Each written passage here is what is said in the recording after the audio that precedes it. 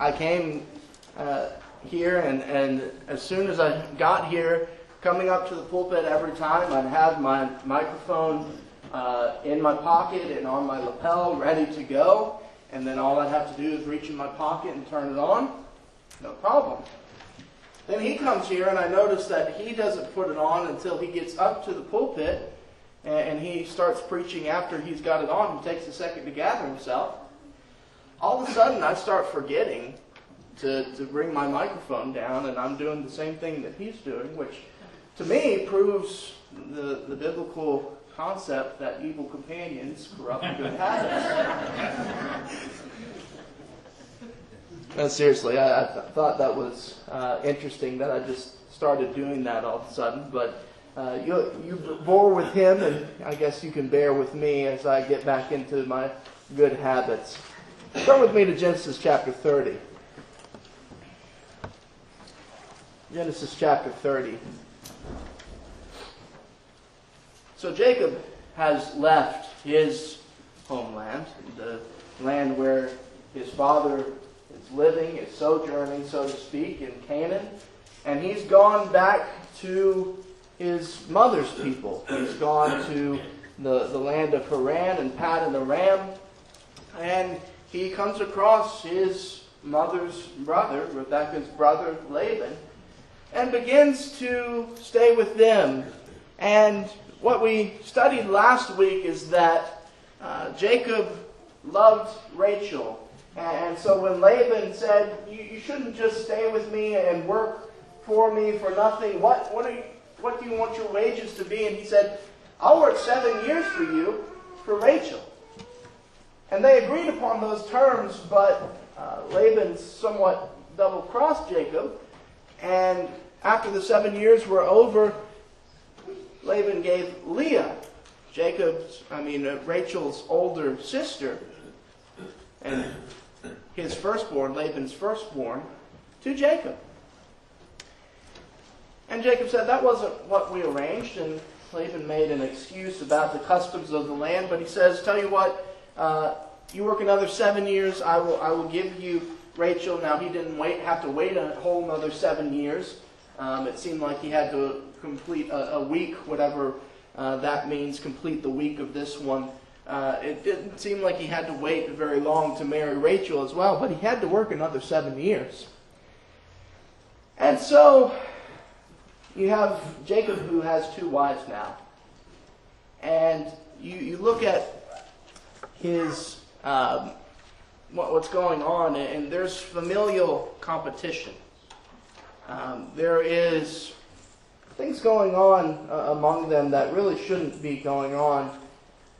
All because Jacob has 2 wives and he loves one, Rachel, and Leah is unloved. And we saw how God looked upon Leah and saw that she was unloved, and she began to bear children. However, Rachel was barren. Her womb was closed. And so Leah is bearing children, and we saw the birth of 4 children. And that brings us into Genesis chapter 30. Leah has borne 4 children to Jacob, and Rachel has borne none.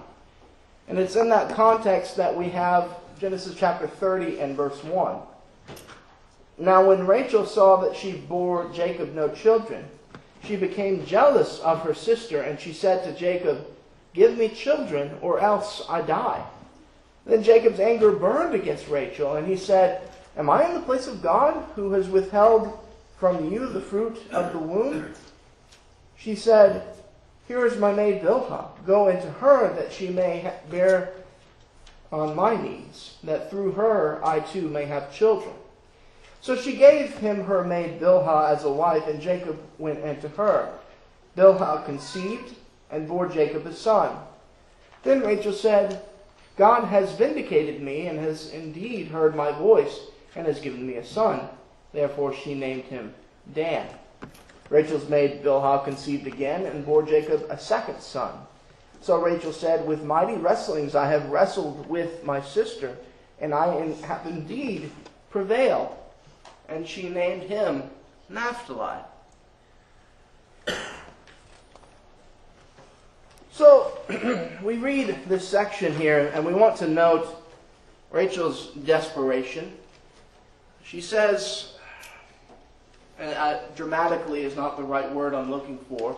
I believe that she believed this as far as her place in the world. She says, give me children or else I die.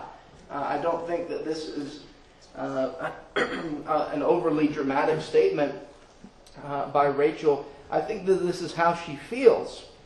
Now, is it true? Should it be her attitude? No, but I believe it is truly how she feels at this moment. And she goes to Jacob because it says that she is jealous of her sister. Her sister has borne 4 male children to Jacob, and she has none. And because of that jealousy that she's competing with her sister, she goes to Jacob and says, give me children or else I die. Well, I understand Jacob's anger in this. What is he to do about that? He probably wants that as much as Rachel does. It probably does not make him happy to see her so despondent.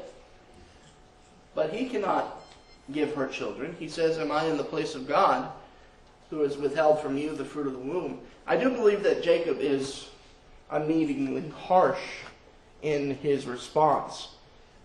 It may be true that he is not responsible for that, but God is. But I don't know that I would say that God has withheld that from her. And so Rachel says, well, okay, I've got to do something about this. And she goes to a familiar solution, at least familiar for us Genesis readers. She says, I have a maid, take her and bear children through her, and they will be my children. Now, that again should sound familiar to us. That is exactly what Abraham and Sarah did. When Sarah said, take Hagar, and that is how we will receive an heir through me, is by my maid Hagar. So here you have once again man putting in their own plans, despite what God is saying to the opposite. God is not giving Rachel children, but she says, well, if I can't do it, here's my maidservant. She'll do it. And so Bilhah conceived and bore Jacob a son. And Rachel says that God has vindicated me, or I think some translations will say judged me, or given me a favorable judgment would be the idea there. And there she named her son Dan. Now Dan means judgment.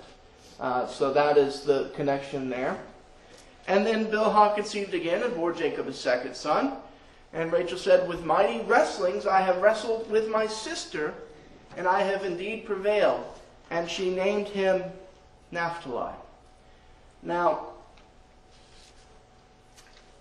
these are very interesting names as far as what's going through their mind, what they say when these children are born.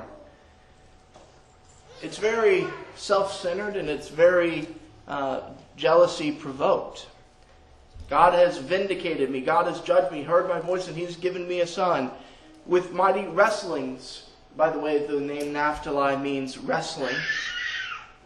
She's wrestled with my sister, and I've prevailed. I have actually gained children. And as far as her thinking that she prevailed, that could be to do with Leah not bearing children during this time. But it's very self-centered, and it's not the way that really someone should think about these things. These are blessings from God, yes, and you can pray and pray for a child that God finally answers, and that's okay, but these children to them aren't really blessings from God, but rather keeping score in a column against each other. That's what this is turned into and what it will continue to be. Keep reading with me in verse 9. Genesis chapter 30 and verse 9. When Leah saw that she had stopped bearing, she took her maid Zilpah and gave her to Jacob as a wife. Leah's maid Zilpah bore Jacob a son. Then Leah said, "How fortunate!" So she named him Gad. Leah's maid Zilpah bore Jacob a second son. Then Leah said, "Happy am I, for women will call me happy." So she named him Asher. Now in the days of the wheat harvest, Reuben went and found mandrakes in the field and brought them to his mother Leah. Then Rachel said to Leah, "Please give me some of your son's mandrakes." But she said to her, "Is it a small matter for you to take my husband? And would you take my son's mandrakes also?" So Rachel said, "Therefore he may lie with you tonight in return for your son's mandrakes." When Jacob came in from the field in the evening, then Leah went out to meet him and said, "You must come in to me, for I have surely hired you with my son's mandrakes." So he lay with her that night. God gave heed to Leah, and she conceived and bore Jacob a fifth son. Then Leah said, "God has given me my wages, because I gave my maid to my husband." So she named him Issachar. Leah conceived again and bore a sixth son to Jacob. Then Leah said, "God has endowed me with a good gift. Now my husband will dwell with me, because I have borne him 6 sons." So she named him Zebulun. Afterwards she bore a daughter and named her Dinah. So, you obviously see Leah's competitive spirit, that Rachel begins to, in her eyes, have the leg up on her, so to speak. And she says, "Okay, well, I've got to do something about this. I'm not bearing children. I'll give my maid, Zilpah, to Jacob."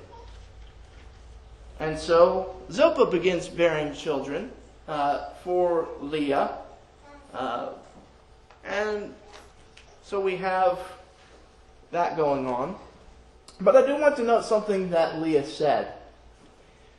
She said to Rachel, "Is it a small matter for you to take my husband?"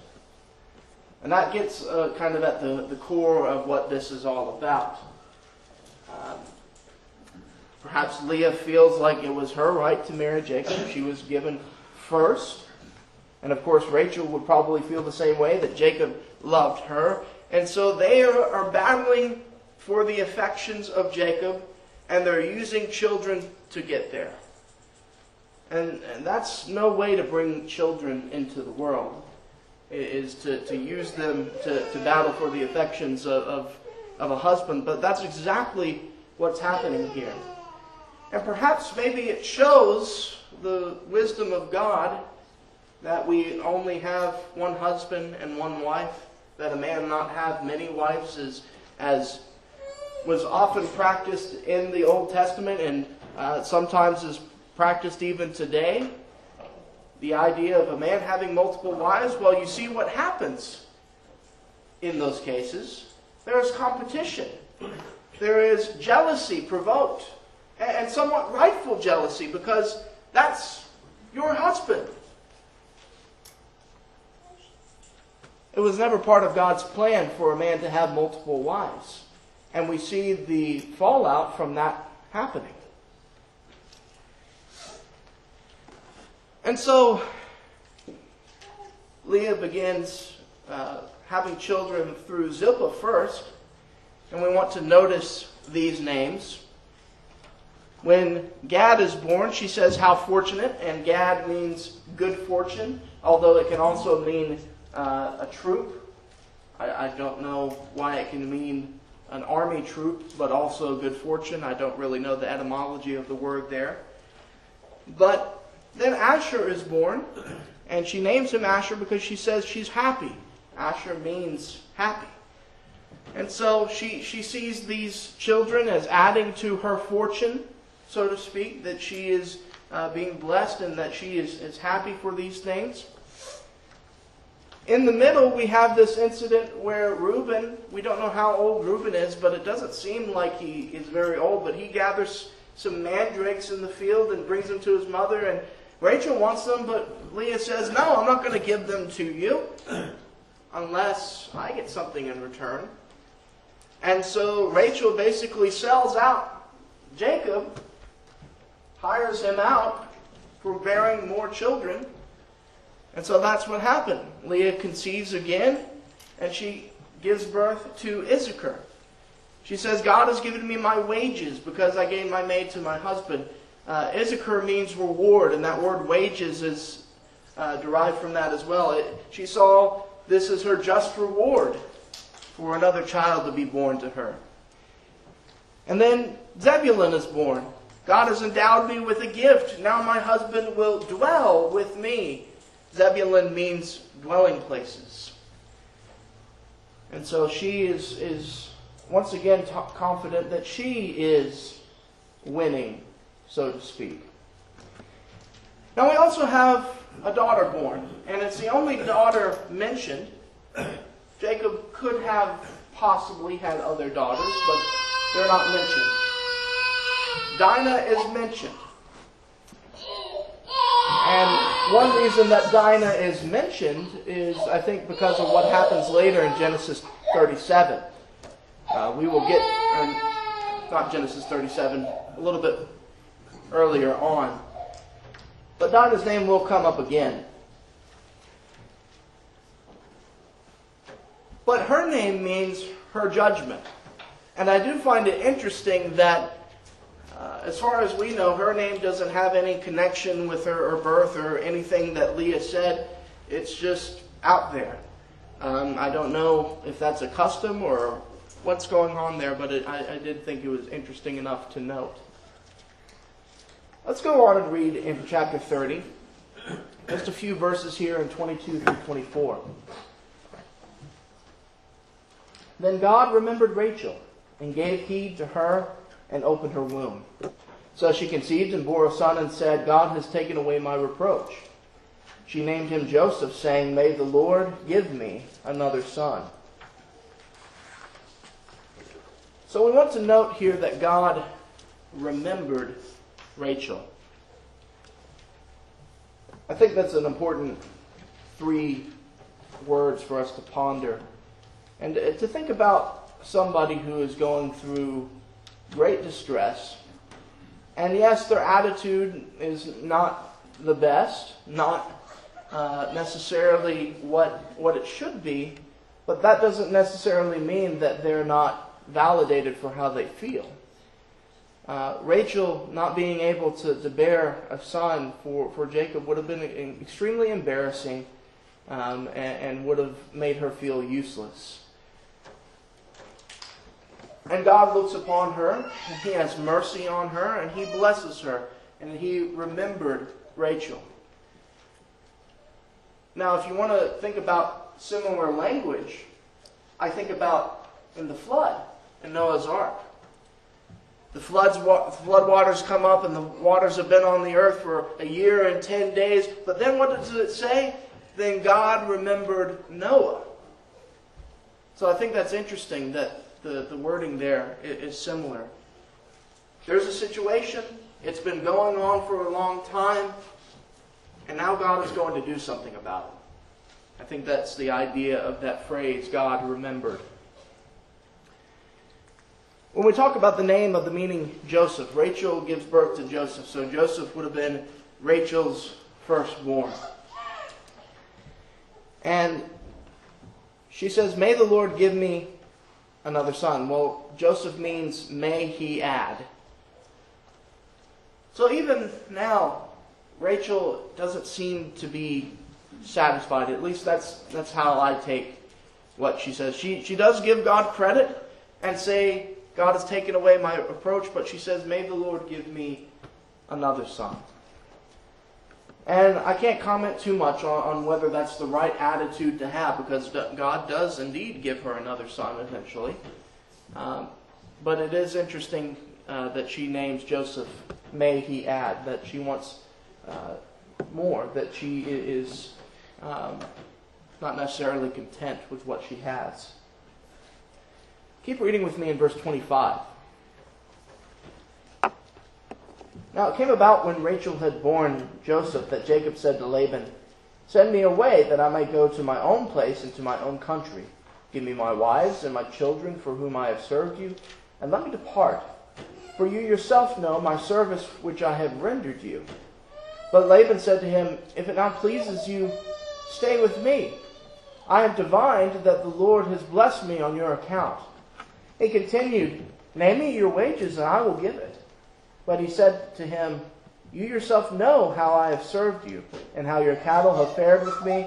For you had little before I came, and it has increased to a multitude. And the Lord has blessed you wherever I turn. But now, when shall I provide for my own household also?" So he said, "What shall I give you?" And Jacob said, "You shall not give me anything. If you will do this one thing for me, I will again pasture and keep your flock. Let me pass through your entire flock today, removing from there every speckled and spotted sheep and every black one among the lambs and the spotted and speckled among the goats, and such shall be my wages. So my honesty will answer me for later, when you come concerning my wages. Everyone that is not speckled and spotted among the goats and black among the lambs, if found with me, will be considered stolen." Laban said, "Good, let it be according to your word." So we want to first notice Jacob's unrest here. That he says, "Send me away. I want to go back to my own home, my own country. Give me my wives, my children. They are my wages, so to speak. And I want to go and start fresh somewhere." Later on he'll say that he wants to provide for his own household. And Laban says, "Well, that's great, but I'd rather you stay with me, because he says, I have divined that the Lord has blessed me on your account." Now, I don't know what that means, that he is divined, whether he thinks that he's had some kind of vision, or knows this for a fact because of some vision or voice that is spoken to him. Not really much said there, but that's what he says. We do know later that he does have household idols, so I wonder if that has to play into it. Whatever the case is, Laban is convinced that God has blessed him because of Jacob. And we know from looking back at scriptures that he's correct in thinking so. But not only does Laban think that, Jacob points out that, yes, that's the case. I know this and you know this. And Jacob uses this as a bargaining tool. He uses this in negotiations. He says, "You yourself know how I have served you, how your cattle fared with me, that you've increased." He says, "God has blessed you since I've been here. You know it, I know it, everybody knows it. So I'm in the driver's seat.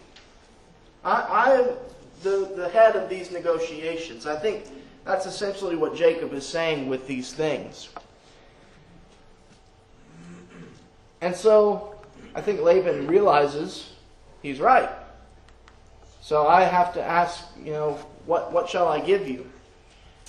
And then Jacob turns around and probably gives him something that he's not expecting. He says, "You don't have to give me anything. Except I'm going to take these goats that are speckled and spotted, and these sheep that are speckled and spotted, and the black ones among the lambs, and that will be my wages. And that way we can know what's mine and what's yours very easily." And Laban said, "Yeah, okay, that's fine. That is acceptable to me." It seems like this deal is on the up and up, and maybe it is. Jacob does say in verse 33, "So my honesty will answer for me later, when you come concerning my wages." So perhaps both men are coming at this honestly, but I think we would all be right to distrust both men because of their backgrounds. So we close out the chapter starting in verse 35. Verse 35. "So he removed on that day the striped and spotted male goats, and all the speckled and spotted female goats, every one with white in it, and all the black ones among the sheep, and gave them into the care of his sons. And he put a distance of 3 days' journey between himself and Jacob fed the rest of Laban's flocks. Then Jacob took fresh rods of poplar and almond and plane trees, and peeled white stripes in them, exposing the white which was in the rods. He set the rods which he had peeled in the front of the flocks in the gutters, even in the watering troughs where the flocks came to drink, and they mated when they came to drink. So the flocks mated by the rods, and the flocks brought forth striped, speckled, and spotted. Jacob separated the lambs and made the flocks face toward the striped, and all the black in the flock of Laban. And he put his own herds apart, and did not put them with Laban's flock. Moreover, when the stronger of the flock were mating, Jacob would place the rods in the sight of the flock in the gutters, so that they might mate by the rods. But when the flock was feeble, he did not put them in. So the feebler were Laban's, and the stronger Jacob's. So the man became exceedingly prosperous, and had large flocks, and female and male servants, and camels, and donkeys. So, we look at this, and it's hard to make heads or tails of it. Jacob starts using some kind of tactic to selective breed, so that in such a way that the spotted and striped and the speckled ones among the flock would be the strongest. And he had a way of doing that, of placing the rods in there when the stronger ones were mating, but when the feebler ones were mating, he didn't place them in there. And I have no clue on earth how placing rods of poplar and almond and anything like that would get a certain type of sheep to keep producing. That makes no sense to me. Maybe Jacob knew more about selective breeding than I do. That's a fairly good possibility. Maybe Jacob knew more than even we know today. But it's also possible that Jacob didn't know what he was doing, and God just blessed him anyway. I think both of those are possibilities. However, the main point that you want to get across from this is that God did bless Jacob. That he continued to be blessed, and he continued to multiply, and that God was looking favorably upon Jacob at this time. He became exceedingly prosperous. Now, one question that we have to answer is, was Jacob being dishonest in this? I think so. Again, that's my kind of opinion. But I think Jacob is being dishonest in this, because he knows that he's taking the stronger from among Laban's flocks instead of being fair about it. He's the one who's selectively breeding them, and he's getting the best and leaving Laban the worst. And so, yes, I think Jacob is being dishonest in this. But I also see something in Jacob that I hadn't seen before. And really I've seen it throughout all this chapter. Is that Jacob is willing to work hard for what he wants. And yes, you could argue that he's always been driven to get what he wants. That's true. But I don't know that he's been willing to work hard for what he wants. Certainly, he has taken what he's wanted, but he's used deception to get it. He hasn't taken the hard way. He's taken the easy way, usually. But when it came to Rachel, he said, I'll work 7 years. And he ended up working 14 years. And he's been honest and dealt favorably with Laban up until now. And he continues to keep these flocks getting what he wants, providing for his own household. And so I think we are starting to see a little bit of the changes in Jacob that will make him Israel. That he is willing to work hard for what he wants rather than just take the easy way out all the time. But there's still a little bit of that deceiver in there. We want to close this evening by talking about Jacob's family, and not just Jacob's family, but Laban's family as well. We've talked for 2 weeks now about the competition among family. And I think that this is an attitude that we see all too often today. Yes, among blood family. There are disputes among inheritances and who was the favorite child and things like that. That certainly goes on today. And among Christians, that shouldn't be the case. We should dwell happily with our family and serve our roles within our family and live in harmony within our families as God would desire us to be. But I see an application with this also among our spiritual family. Sometimes we can get into competition with our spiritual family about such petty things. Who has a bigger house? Who has a faster car? Who has more children? Who makes more money? Who does this or that?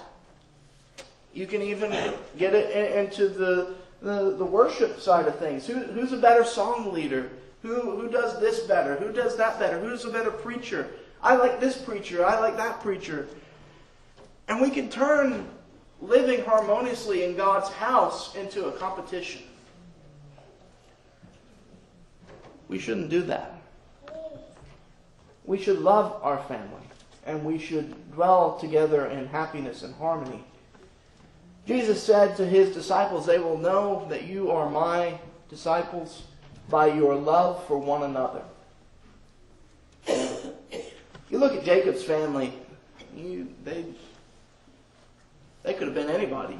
Just walking up off the street and the way that they fought amongst each other and the way that they were divided. I mean, you had 12 sons born by 4 different women at one point. That's because of how they handled it, a house divided. And they fought and they fought and they wanted to kill each other. They sold one of the children into slavery. Of course, I'm getting into the later parts of Genesis, but we know how the story goes. We need to be careful about how we treat our brethren and our attitude towards our brethren. We ought to be loving. We ought not to think more highly of ourselves than is proper. And so many things that the Bible tells us about this. This evening, I hope you want to be part of God's family. I think we have a great family here. That is just a small part of God's family around the world. But you'll notice that Aaron was having a hard time starting services tonight because we were all so happy to see each other. And that happens often around here, and I love that. But it's a wonderful thing that is God's family, that we all have love for one another and that we care for one another. And you can be a part of that. By becoming a Christian, you are a part of God's family, and we'll treat you like family. And I hope that others will treat you like family. But most importantly, God will treat you like family. If you believe in Jesus and confess Him before men, if you repent of your sins and be baptized for the remission of sins, you can be a part of God's family. If you are a Christian and perhaps you have fallen away, perhaps you have not been behaving as you should, know that you can make that right, that you can reconcile with God and reconcile with your family. Confessing your sins, God is faithful and just to forgive you. If you have any need this evening, won't you come while we stand and sing?